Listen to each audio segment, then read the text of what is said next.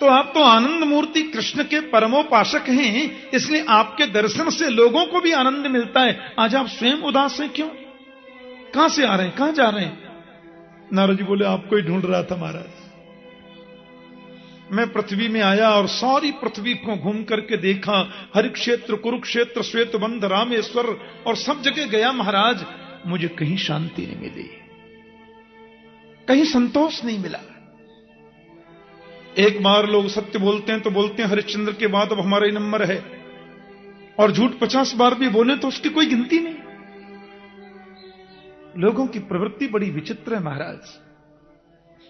कोई शुभ काम करेंगे तो चाहेंगे कि 10 लोग और सुने कि मैंने ये किया, और बुरा कर्म करेंगे तो चाहेंगे कि पड़ोसी को भी पता न चले। लोगों की वृत्ति हो गई है।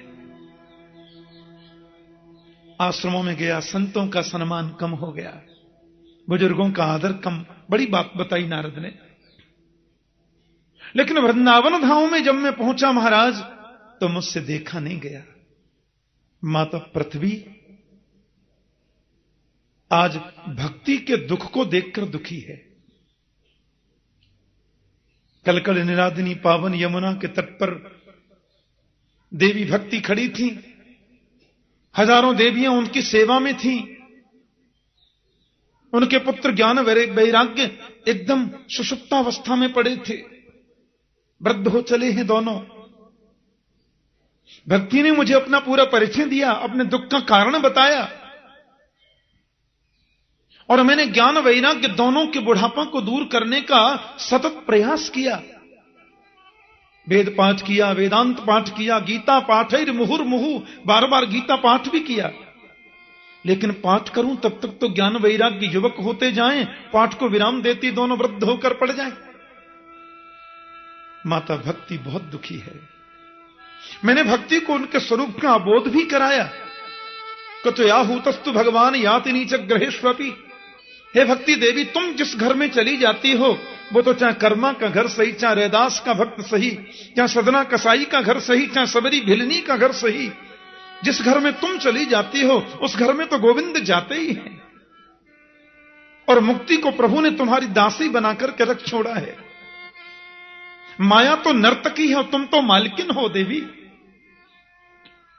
लेकिन भक्ति माता ने कहा, वो सब ठीक है नारद जी, पर माता युवती और वृद्ध हो जाए पुत्र, इससे बड़ा कष्ट मां के लिए और क्या हो सकता है। क्योंकि जिस चीज के ग्राहक कम हो जाते हैं ना, उसको सस्ते में बेचना पड़ता है। प्यार से बोलो जय श्री कृष्ण। ग्राहक जिसके कम, उसको सस्ते में बेचना पड़ेगा। महाराज, मैंने भक्ति माता के सन्मुख ज्ञान वैराग्य दोनों की वृद्धता के निवारण के लिए बहुत प्रयास किया, लेकिन मैं सफल न हो सका। तो आकाशवाणी ने बोल दिया कि तुम चाहते हो तो सत्कर्म करो। अब यही जानने के लिए आपके चरणों में आया हूं कि वो सत्कर्म क्या है, मुझे कौन सा सत्कर्म करना चाहिए, और कौन सत्कर्म वास्तव में सुख की अनुभूति कराएगा। सनत कुमार बड़े मुस्कुराए और एक बड़ी सुंदर बात कही कि सत्कर्म सूचको नूनम ज्ञान यज्ञ स्मृतो बुधई श्रीमद् भागवतालाप सतु गीत शुकादि। जिस सत्कर्म के लिए आपसे कहा गया है भगवान, वो सत्कर्म तो भागवत ज्ञान यज्ञ है। और किसी भी कथा के प्रवचन को ज्ञान यज्ञ का नाम नहीं मिला। यह तो केवल भागवत को ही प्राप्त है। ज्ञान यज्ञ करो। नारद जी बोले, आप मजाक तो नहीं कर रहे? मैंने वेद का पाठ कर लिया, वेदांत पढ़ लिया महाराज, गीता पाठ भी सुना दिया, केवल भागवत से क्या होगा? सनत कुमारों ने सुंदर बात कही कि वेदो पनिषदा सारा जाता भागवती कथा। वेद और उपनिषदों का सार ही भागवत है। बल्कि आप यूं समझें कि वृक्ष का पूरा सार फल में होता है। वैसे तो पूरा वृक्ष ही रसमय है, पर हम ये सोचने लगे कि आम के वृक्ष में से जब फल निकलता है तो फल की प्रतीक्षा क्यों की जाए, डाली तोड़ के ही खाना शुरू कर दो ना। डाली तोड़ करके खाओगे तो दांत ही निकल जाएंगे, मुख तो मीठा नहीं हो सकता। लेकिन प्रतीक्षा करेंगे तो पृथक भूता फलाकृति, संपूर्ण वृक्ष का जो सार है वो फल की आकृति के रूप में प्रकट होता है। तो भगवान वेद हैं, कल्प वृक्ष, और फल की आकृति में उसका रस है श्रीमद् भागवत। इसलिए इसमें वेद की निंदा नहीं है ऋषिवर। हम तो ये बताना चाहते हैं कि संपूर्ण वेद और वेदांत का जो सार है वही श्रीमद् भागवत है। बिना वेद के भागवत नहीं है, लेकिन वेद का सार ही भागवत है। नारद जी बोले वो तो ठीक है महाराज, लेकिन आप भी फक्कड़ और मैं भी फक्कड़। बोलो जय श्री कृष्ण। क्यों? अरे महाराज, अब आप भी ठहरे महात्मा और मैं भी ठहरा महात्मा। पहले तो ये कथा कराई कहां जाए, दूसरी बात ये मैं चाहता हूं कि आपके श्रीमुख से हो जाए। अब कैसे पंडाल बने, कैसे क्या व्यवस्था हो, भक्ति माता वृंदावन में, आपको वृंदावन चलना होगा। सनत कुमार ने कहा देखो, भक्ति माता से प्रार्थना करो कि थोड़ा वो आगे आए, थोड़ा हम नीचे उतरें, बीच में मिल जाए। बोलो जय श्री कृष्ण। क्योंकि सनत कुमार जी बैठे बद्रीनाथ में और भक्ति माता है यमुना के किनारे वृंदावन धाम में, और बद्रीनाथ और वृंदावन के बिल्कुल बीच में जो जगह आती है वो है हरिद्वार। हरिद्वार से बिल्कुल उतना ही आगे बद्रीनाथ है और उतना ही पीछे वृंदावन धाम है। तो हरिद्वार के पास में गंगा तट पर एक आनंद नाम का तट है। और देखो नारद जी, बात यह है कि वहां बहुत विशाल बट वृक्ष है, और बट वृक्ष की छाया इतनी दूर दूर तक जाती है कि वहां बिछायत की जरूरत नहीं, उसकी छाया में संत बैठ जाएंगे कथा सुनने। और बट वृक्ष के नीचे जो चबूतरा है वहां बन जाएगी व्यास गद्दी। और क्योंकि वृक्ष के नीचे बालुका रहती है ठंडी, इसलिए फर्श की भी जरूरत नहीं। भक्ति माता को आमंत्रित करो। भक्ति माता को आमंत्रण भेजा, व्यास गद्दी लगी और सनत कुमार जी वहां पर विराजित हो गए। अब तो पता चला कि सनत कुमार कथा कर रहे हैं। बड़े बड़े संत महात्मा, बड़े बड़े अमलात्मा ज्ञानी, बड़े बड़े योगी जन पधारे। बल्कि लिखा है कि 4 वेद, 6 शास्त्र, समस्त इतिहास पुराण, वेद की ऋचाएं, मूर्तिमान संत बनकर वहां कथा सुनने आई। भागवत की कथा को तो शास्त्र भी सुनते हैं। पशु पक्षी जीव जंतु, स्थावर जंगम, अंडज उद्भिज, स्वेदज जरायुज, सब आए मान लो सुन ले। ऐसा रस प्रवाह बह रहा है। 3 आसन बिछाए नारद ने, ज्ञान के लिए, वैराग्य और भक्ति माता के लिए। मुख्य यजमान बनकर सन्मुख नारद विराजे। सनत कुमार जैसा महान तपस्वी, ब्रह्मा जी के मानस पुत्र व्यास मंच पर हैं। भागवत की महिमा का गान किया।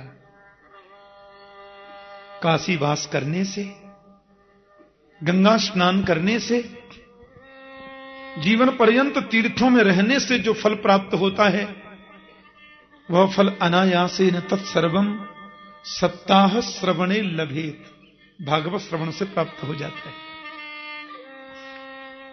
बहुत महिमा बताई भागवत जी की। नारद जी ने कहा मुझे कुछ अनुमति है महाराज।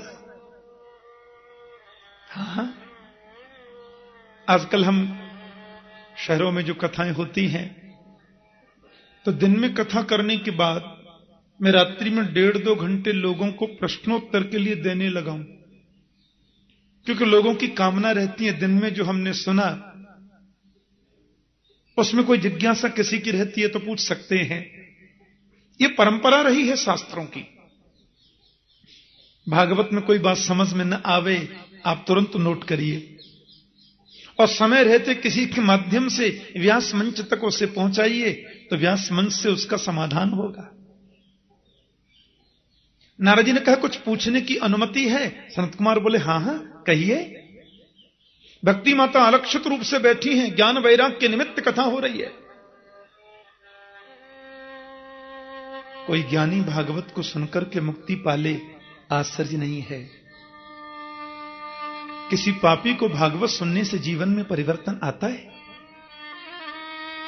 कोई भक्त भागवत को सुनकर के गोविंद को पाले, आश्चर्य नहीं है। किसी दुराचारी को भागवत श्रवण से गोविंद चरणों में पहुंचने का मार्ग प्रशस्त हो सकता है? बोले ये मानवापा कर्तस्तु सर्वदा सदा दुराचार रता विमार्गगा क्रोधाग्निदग्धा कुटिलाश्च कामिन सप्ताह यज्ञेन कलौ पुनन्ति ते। सनत कुमार जी कहते हैं जिस मनुष्य ने जीवन में कभी सत्कर्म कदाचित नहीं किया, दुराचार परायण जिसकी वृत्ति बनी रही, क्रोध रूपी अग्नि में जो हमेशा जलता ही रहा, जो कुटिल भी है, खल और कामी भी है, वह भी कथा का श्रवण करे कलयुग में तो 8वें दिन से उसके जीवन में परिवर्तन आ जाता है। सत्ताह यज्ञेन कलौ पुनन्ति ते। सत्य संभाषण में भी जिसकी प्रवृत्ति नहीं है, बल्कि मैं तो समझता हूं माता पिता की जो शुद्ध संतान नहीं है, या माता पिता की जिसने सेवा भी निष्ठा से की नहीं है, ऐसा व्यक्ति भी किसी माध्यम से भी 7 दिन नियम से कथा सुने तो उसके जीवन में परिवर्तन आता है और वो पवित्र हो जाता है। और मैं तो यहां तक कहता हूं कि जीवन पर्यंत जिसने पाप कर्म किया और पाप करते करते जिसकी अकाल मृत्यु हो जाए, मरने के बाद भूत प्रेत बन के भी भटकता हो, उसके नाम से भी उसके निमित्त हम भागवत करा दें तो वह भी प्रेत योनि से मुक्ति प्राप्त कर लेता है। नारद जी बोले बात को समझ में कम आई। पर देखो, तुंगभद्रा नाम की नदी के किनारे एक गांव है जिसका नाम है उत्तम नगर। थोड़ी महात्मा की कथा बता रहे हैं, अभी भागवत शुरू नहीं हुई। भागवत तो हम लोग 7 दिन आज के बाद अलग से सुनेंगे। आज तो हम केवल थोड़ी भगवत चर्चा, भागवत की महिमा के बारे में जो सनत कुमारों ने कहा वो सुनना है। तुंगभद्रा नाम की नदी के किनारे एक उत्तम नगर है। वर्णाश्रम धर्म का पालन करने वाले सब लोग वहां रहते हैं। एक आत्मदेव पंडित जी भी रहते हैं। घर में गौ माता है, बांझ हो गई, तुलसी वृक्ष है, सूख गया, पत्नी कर्कश स्वभाव की है, पता चला कि मुझे पुत्र नहीं है इसीलिए सब है। वन में पधारे और अपना प्राणांत करना चाहते थे। किसी संत ने उनको फल दिया, मैं संक्षिप्त कह रहा हूं, और वो फल लाकर के अपनी पत्नी को दिया। पत्नी ने कहा देखो जिसके यहां सब कुछ है वहां खाने वाला नहीं है, और जहां भोजन की व्यवस्था नहीं है वहां खाने वालों की लाइन लगी है। उसने अपनी बहन को बहुत द्रव्य देकर उसका इस बार होने वाला पुत्र लेने का वचन ले लिया, और दोनों ने मिलकर के फल गौ माता को खिला दिया। बहन के पुत्र को लेकर के उसका नाम रखा धंधुकारी, और गाय को जो फल खिलाया था संत का प्रसाद, उससे जो पुत्र हुआ उसका नाम हुआ गोकर्ण जी महाराज। एक बात कहूं, इकलौता बालक जिस घर में जन्म लेता है उसके बिगड़ने के चांस ज्यादा होते हैं। आत्मदेव जी इस बात पर ध्यान न दे सके, और धुंधकारी की प्रवृत्ति जो है वो दुष्प्रवृत्तियों में परिवर्तित हो गई। शराबपान करने लगा, जुआ खेलने लगा, दुर्गुण उसमें आ गए, और उसने आत्मदेव जी के स्वर्ग जैसे घर को नरक बना दिया। आत्मदेव ने कहा हे भगवान, रात्रि को 2-2 बजे ये पुत्र आता है, सुरापान करता है, ऐसे पुत्र से तो मैं बिना पुत्र का ही ठीक था।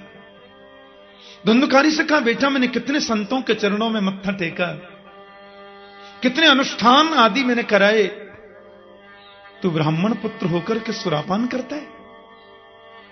यह तेरी वृत्ति ठीक नहीं है। पिताजी को डांटते हुए, कहा चुप रहिए, आपकी बुद्धि सठिया गई है और हम जो करते हैं उसे बिल्कुल ठीक करते हैं। बैठे बैठे आत्मदेव जी रो रहे हैं। घूमते हुए वहां गोकर्ण जी महाराज आ गए। गोकर्ण भी आत्मदेव जी को पिता ही कहते थे। पिताश्री क्या बात है? आजकल कुछ दिनों से मैं देख रहा हूं आप काफी चिंतित रहते हैं। आत्मदेव ने कहा, बेटा मेरी समझ में नहीं आता, मैं क्या करूं? यदि घर में रहूं तो रहूं कैसे? धुंधकारी ने इस घर को नरक बना दिया, और घर छोड़कर के वन में जाऊं तो जाऊं कैसे? मन में इतना प्रबल वैराग्य नहीं है। मेरा मार्गदर्शन करो गोपुत्र। गोकर्ण जी महाराज ने जो आत्मदेव जी को उपदेश दिया है ना, बड़ा अद्भुत है। देहे स्तिमांसरुधिरे अभिमतिं त्यजत्वम् जाया सुतादिषु सदा ममतां विमुञ्च पश्यानि संजगदिदं क्षणभङ्गुनिष्ठम् वैराग्यरागरसिको भवभक्तिनिष्ठ। गोकर्ण जी कहते, पिताजी सबसे बड़ी तो मनुष्य की गलती यह है कि वो शरीर को ही आत्मा मान बैठा है। हमें यह समझना होगा, इसको जानना ही होगा कि मैं शरीर नहीं हूं। त्वक चर्म मांस रुधिर मेद मज्जा हड्डी, इन सप्त धातुओं से बना हुआ जो शरीर है वो मैं नहीं हूं। मैं तो दिव्य चिन्मय शाश्वत अविनाशी आत्मा हूं। इसलिए शरीर के प्रति जो देहात्माभिमान है उस अभिमति को त्यागना होगा। और तात्विक दृष्टि से यदि देखें, आप लोग जब कथा सुन के आज जाने, प्रैक्टिकल की बात बताता हूं। कथा सुनकर के अपने घर आप जाएं, एकांत में बैठ जाना, कमरा बंद कर लेना और अपने आप से प्रश्न करना कि मैं कौन हूं। यदि आपको सही जवाब मिला है तो समझना आपने भागवत सुनी है। आखिर मैं क्या हूं? मैं आंखें हूं? यदि आंखें हूं तो आंखें तो अंधी हो जाती हैं, मैं रोक नहीं पाता।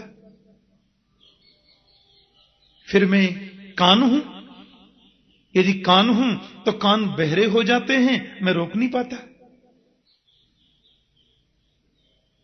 मैं यदि नासिका हूं तो कभी एक सज्जन मेरे से बोले, ठाकुर जी दुर्गंध आ रही है क्या? मैंने कहा जट उसने भी नाक बंद कर ली। मैंने कहा तुमने क्यों बंद करी? बोले आपने कर ली, ने इसलिए कर ली। मैंने कहा क्यों? बोले आजकल मुझे न सुगंधी आती है न दुर्गंध आती है, पता नहीं क्या हो गया। मैंने कहा जब आती नहीं तो नाक बंद क्यों करते हो? बोले इसलिए कर रहा हूं कि कोई ये न सोचे कि दुर्गंध में भी नाक बंद नहीं करता। मेरी नाक तो परमहंस हो गई है। कभी कभी नाक भी काम करना बंद कर देती है, कभी कभी कान भी सुनना बंद कर देते हैं। लोग मशीन लगाए फिरते हैं। तो ये कंफर्म हो गया कि मैं न नाक हूं न कान हूं। तो फिर मैं क्या हूं? ओहो, मैं शरीर हूं। यदि शरीर में हूं तो कम से कम इसको मरने तो नहीं देना चाहिए। ये शरीर मर जाता है।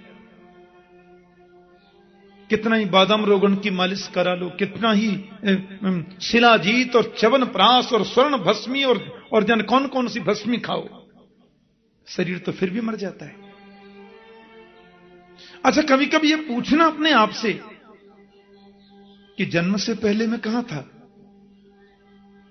और मरने के बाद मैं कहां चला जाता हूं। ये जितना भी दुनिया का चक्कर है वो जन्म के बाद और मरने के पहले ही क्यों है? जन्म से पहले कोई चक्कर नहीं और मरने के बाद कोई चक्कर नहीं। अच्छा, जन्म और मृत्यु की बात छोड़ो, इसमें तो थोड़ा लंबा डिस्टेंस है। मैं तो आपसे यह कह रहा हूं, आप ये सोचो कि रात में हम सोते हैं तो कहां चले जाते हैं। एक आदमी आया और आकर के बोला, ठाकुर जी आज तो भगवान ने मुझे बचाया। मैंने कहा क्या हुआ? बोले मेरे ऊपर पंखा गिर गया। अरे मैंने कहा तुमने गिरने क्यों दिया? मैं तो सो रहा था ना महाराज, मेरे को नहीं मालूम। वो तो तब पता चला जब वो गिर गया। तो अपने आप से पूछो कि रात में हम सोते हैं तो कहां चले जाते हैं। दिन में सांप दिख जाए तो 104 डिग्री बुखार आता है, और रात में सो रहे थे ऊपर होकर सांप निकल गया, हमको मालूम ही नहीं। ये जितना दुनिया का चक्कर है वो जागने के बाद और सोने के पहले ही क्यों है। सोने के बाद कोई चक्कर नहीं और जगने से पहले कोई चक्कर नहीं। आखिर में क्या हूं? पत्नी मेरी है तो साथ तो कभी जाती नहीं, शादी से पहले मालूम नहीं कौन थी। माता पिता मेरे हैं तो मरने के बाद कभी ट्रंक कॉल आता है, कभी फोन आता है, बेटा हम सुखी हैं कि दुखी हैं, कोई सूचना आती है? ये सब क्या है? ये ऑफिस, ये फैक्ट्री, ये मकान, ये दुकान, ये पत्नी, ये बच्चे, ये परिवार। और मैं 45 मिनट तक अपने आप से प्रश्न करो, अंतर हृदय से एक आवाज निकलेगी, चल रे हंसा अमर लोक को, यहां कोई नहीं तेरा है। जग वालों का हुआ सवेरा, अपना हुआ अंधेरा है। धर्मम भजस्व सततम त्यजलोक धर्मान, सेवस्व साधु पुरुषान जहि काम तृष्णान। धर्म की दो बातें हैं, एक लौकिक धर्म, एक भागवत धर्म। 8 घंटे दुकान पर बैठकर के धनार्जन करना एक धर्म है।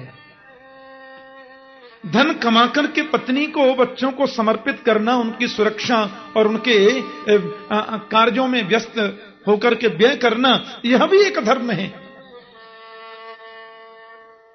समाज में अच्छी प्रतिष्ठा प्राप्त करने के लिए सुंदर मकान बनाकर प्रतिष्ठा में रहना भी एक धर्म है, लेकिन यह लौकिक धर्म है। और सब प्रकार से मन को हटाकर के गोविंद के चरणों में मन को लगा देना, यह भागवत धर्म है। तस्मात् केनाप्युपायेन मनः कृष्णे निवेशयेत, किसी भी उपाय से मन गोविंद के चरणों में लग जाए, यही तो इसका मतलब है। अन्यस्य दोष गुण चिंतन मासु मुक्त्वा। आप कहते हैं कि वन में जाऊं तो कैसे मन में वैराग्य नहीं है, और घर में रहूं तो कैसे, घर को नरक बना दिया। वन में जाने से होगा भी क्या? वन में जाने से भगवान मिलते होते तो शेर का तो जन्म ही वन में होता है। वन में जाने से गोविंद की प्राप्ति हो गई होती तो गीदड़ तो जन्म ही वन में लेता है। मनः एव मनुष्याणाम कारणं बंध मोक्षयो, बद्धं तु विषयासक्तं मुक्तम निर्विषयम मन। ये मन ही बंधन और मुक्ति का कारण होता है। मन विषयों के प्रति आसक्त है तो हम बंधे हुए हैं, और मन विषयों से अनासक्त हो गया तो हमारी मुक्ति है।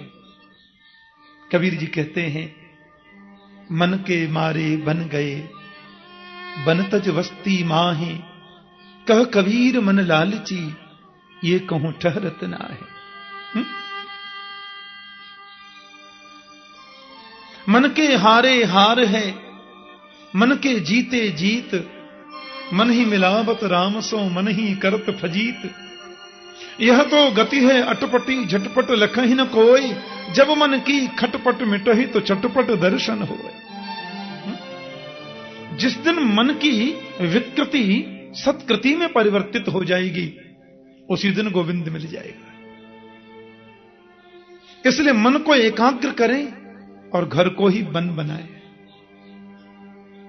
और मुझे ऐसा लगता है पिताश्री, मन को आप गोविंद में नहीं भी लगा पाते हैं तो तन से ही उनकी सेवा करें। आप तन से गोविंद की सेवा करेंगे तो गोविंद के सेवा का यह परिणाम है कि मन को वो स्वयं आकृष्ट कर लेगा, मन को वो स्वयं खींच लेगा और मन की विकृति को मिटाएगा। करसती जीवानाम चित्तमिति कृष्ण, अपनी प्रिया माधुरी, सरस माधुरी, ललित माधुरी, रूप माधुरी के माध्यम से जीव के हृदय को जो अपनी ओर आकृष्ट कर ले, उसी का नाम तो कृष्ण है। आत्मदेव जी वन को चले गए।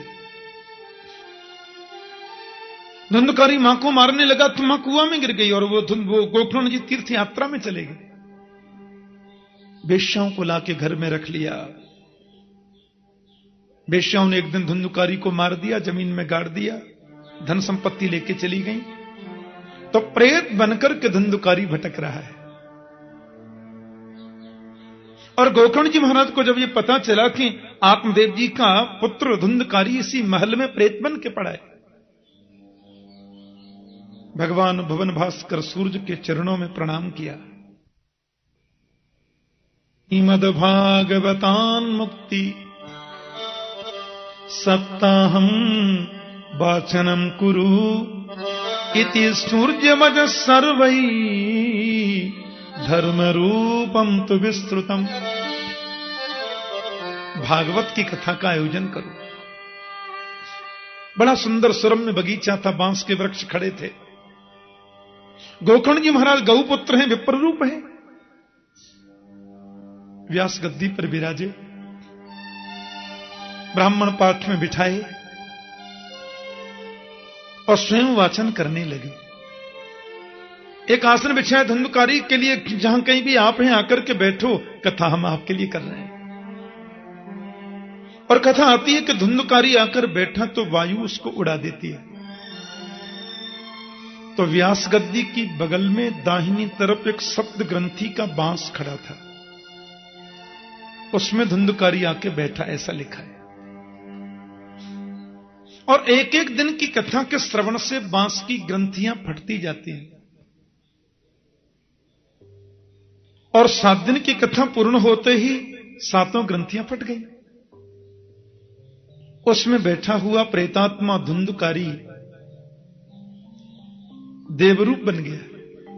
भाई जी, आपने बहुत बड़ी कृपा की, भागवतामृत पान कराया, मेरा जीवन धन्य हो गया। देखिए, भगवान के धाम से विमान आए और मैं तो बैकुंठ जा रहा। जैसे ही वो विमान की ओर बढ़े, गोकर्ण जी ने भगवत पार्षदों से प्रश्न किया, ऐसा लिखा है। बोले साहब ये क्या हो रहा है? बोले जी वो बात यह है कि ये धुंधकारी ने बड़े प्रेम से कथा सुनी है ना जी, तो इनके लिए हम लोग विमान लेकर के आए हैं और ये बैकुंठ जाएंगे। बोले भेदभाव क्यों? अत्रैव बहवः सन्ति श्रोतारो मम निर्मला आनी तानी विमानानि न तेषां युगपत् कृतः। भागवत श्रवण करने से व्यक्ति को मोक्ष मिलता है, ये बात यदि सत्य है तो यहां हजारों लोगों ने कथा सुनी, फिर आप सबके लिए विमान लेकर क्यों नहीं आए? भागवत सुनी हजारों ने और विमान आया अकेले धुंधकारी के लिए, यह तो भेदभाव है। ऐसा क्यों? तो प्रभु के पार्षदों ने बहुत सुंदर जवाब दिया। श्रवणस्य विभेदेन फलभेदोऽत्र संस्थितः श्रवणं तु कृतं सर्वैः न तथा मननं कृतम्। श्रवण के भेद से फल में भी भेद हो गया। भागवत तो वही है, पर श्रवण करने वालों की जो पद्धति है उस पद्धति के भेद से कथा के फल में भेद हो गया।